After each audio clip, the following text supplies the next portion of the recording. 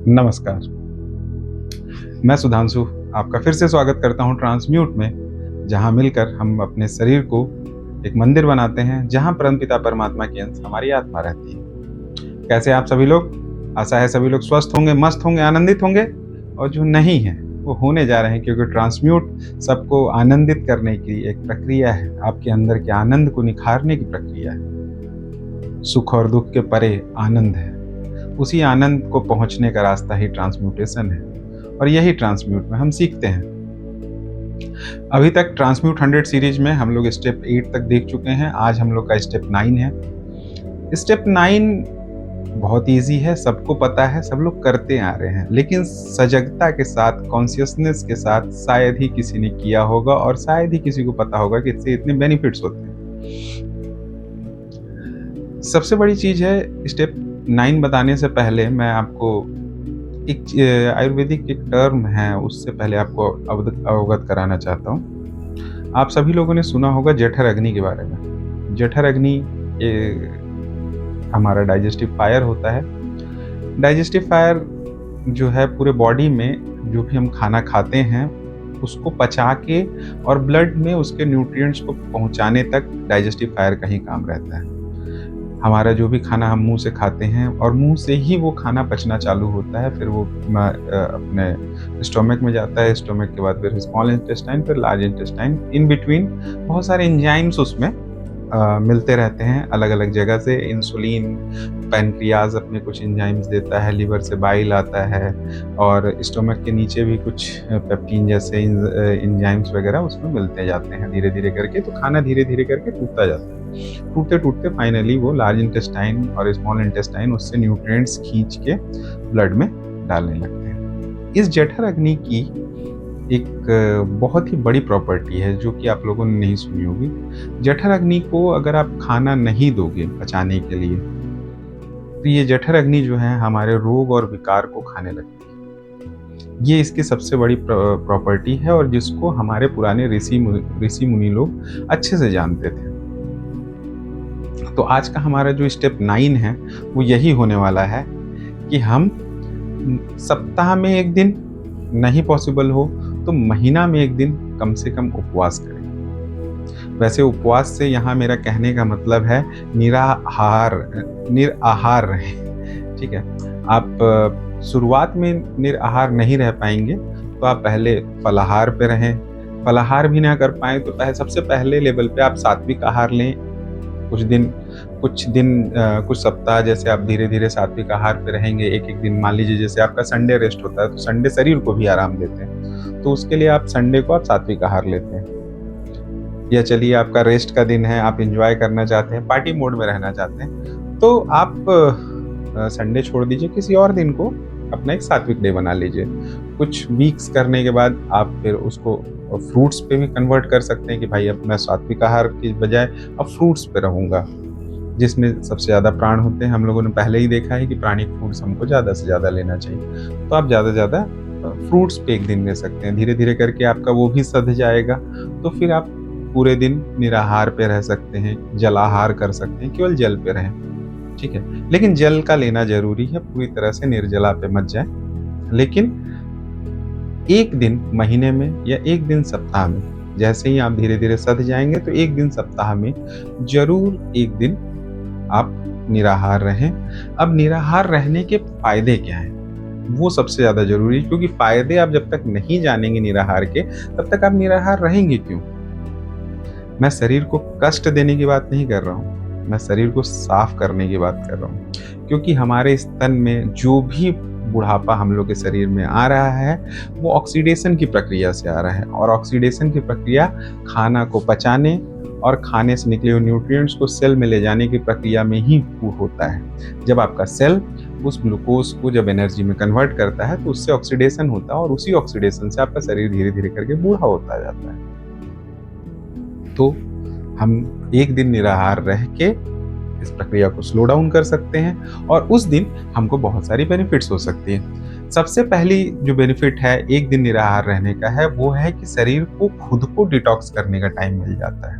मैंने अभी आपको बताया था कि जठर अग्नि जो है, जब उसको खाना नहीं दिया जाता है तो वो खुद को, शरीर के जो भी विकार हैं, जो भी उनके शरीर में गंदगी है, जो भी है, खून में पित्त बढ़ा हुआ है, वात बढ़ा हुआ है, उन सबको वो स्टेबलाइज करने लगती है। क्योंकि आपको पता है कि शरीर में एक ही एनर्जी है, वही अपना रूप बदल बदल के अलग अलग जगह काम आती है।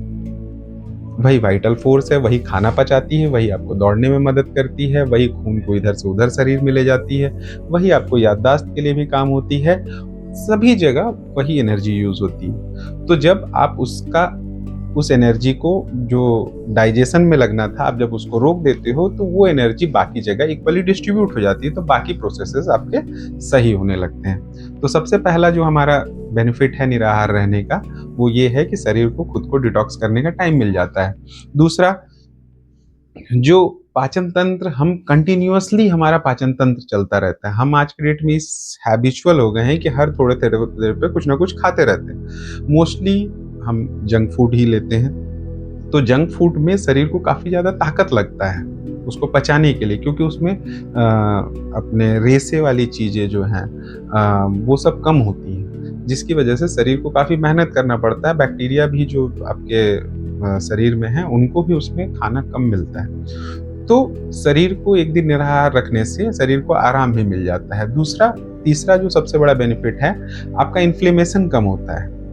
आप देखेंगे कि कई महिलाएं ऐसा बताती हैं कि मैं जितने दिन व्रत में रहती हूँ, उतने दिन मेरा शरीर बहुत स्वस्थ रहता है, ना मुझे गठिया, वात और ये वाले जोड़ों के दर्द वगैरह नहीं रहते। लेकिन जब मैं खाना खाती हूँ तभी मुझे दर्द होते हैं। ऐसा मैंने कई लोगों से, अपनी माताओं से सुना है कि ऐसे वो कहती हैं कि जिस दिन वो फास्ट में रहती हैं वो बहुत स्वस्थ रहती हैं। उसका कारण यही है कि निराहार रहने से इन्फ्लेमेशन कम होता है, और इन्फ्लेमेशन कम होने की वजह से जॉइंट में दर्द भी ठीक होते जाता है। तो निराहार रहने का ये भी फायदा है। दूसरा, इंसुलिन रेजिस्टेंस शरीर का बढ़ता है। इंसुलिन रेजिस्टेंस आपने आज भी सुना होगा, एक नया कॉन्सेप्ट है। इंसुलिन रेजिस्टिव हो जाता है आपका शरीर, ज़्यादा स्ट्रेस में रहने के लिए। स्ट्रेस में रहने की वजह से आपका शरीर जो है इंसुलिन के प्रति रेसिस्ट करने लगता है, जिसकी वजह से आपको ब्लोटिंग वगैरह होने लगती है। तो निराहार रहने से शरीर का जो इंसुलिन रेजिस्टेंस वाली जो प्रॉपर्टी है वो धीरे धीरे कम होने लगती है। और आप जब स्वस्थ रहेंगे तो आप मीठा भी खा पाएंगे। अभी क्या होता है कि कुछ लोग मीठा खाते हैं, उनको ब्लोटिंग होने लगती है, डेयरी प्रोडक्ट से ब्लोटिंग होने लगती है। वो कुछ नहीं है, वो शरीर उनका इंसुलिन रेजिस्टिव हो गया है। इसके अलावा वजन घटाने में मदद करता है। जाहिर सी बात है, आप एक दिन निराहार रहेंगे तो आपका वजन धीरे धीरे मैनेज होने लगेगा। वजन मैनेज होने लगेगा तो आपको अपने शरीर को भी देखने में अच्छा लगेगा, और साथ में आप इधर उधर के काम भी बहुत अच्छे से निपटा सकते हैं। आपके ड्रेसेस आपको फिट होंगे। आप जितने लाइट एंड ब्रीदी रहेंगे उतने अच्छे आप दिखेंगे। आपकी पर्सनालिटी भी सुडौल होती जाएगी, तो वजन घटाने में भी मदद मिलता है। उसके अलावा भावनात्मक नियंत्रण बढ़ता है, क्योंकि होता क्या है कि हमारा जो मन है वो डायरेक्टली प्रोपोर्शनल है हमारे गट हेल्थ के लिए, तो उसमें भी अपने को सुधार मिलता है। तो जितना हम लाइट खाएंगे, या फिर एक दिन अपने शरीर को रीसेट करने के लिए अगर हम निराहार रहते हैं, तो हमारा मन भी संतुलित रहता है। इसके अलावा सबसे बड़ा चीज है कि आपकी संकल्प शक्ति बढ़ती है। आपका मन जो उस दिन खाना खाने को बार बार करेगा, लेकिन आप संकल्पित हैं कि आज मुझे निराहार रहना है या सात्विक भोजन पे रहना है, इसलिए आपका शरीर जो है, आपका मन जो है, संकल्प की शक्ति उसकी बढ़ती जाती है। जितना ज़्यादा आपकी संकल्प शक्ति रहेगी, उतना ज़्यादा आप नए नए चीज़ों को कर सकते हैं। तो संकल्प की शक्ति बढ़ाना बहुत जरूरी है। और संकल्प की शक्ति किससे बढ़ती है? इन्हीं सब चीज़ों से बढ़ती है। जितना आप संकल्पवान रहेंगे, उतनी आपकी संकल्प की शक्ति बढ़ेगी। उसके अलावा इम्यून सिस्टम आपका इम्प्रूव होता है। सब बहुत बड़ी चीज़ है। इम्यून सिस्टम इम्प्रूव क्यों होता है? क्योंकि वाइटल एनर्जी जो डाइजेस्टिव में यूज होने वाली थी, उसको हमने रोक दिया है, तो शरीर की हीलिंग एबिलिटी बढ़ जाती है। हीलिंग एबिलिटी बढ़ जाती है मीन्स कि इम्यून सिस्टम सही से काम करता रहता है। तो ऐसे अनंत बेनिफिट्स हैं इस एक दिन उपवास करने के। लेकिन अभी इसको कट शॉर्ट करते हुए इसको यहीं विराम देते हैं, क्योंकि वीडियो काफ़ी लंबा हो जाएगा और मैं लंबा वीडियो नहीं डालना चाहता यूट्यूब में।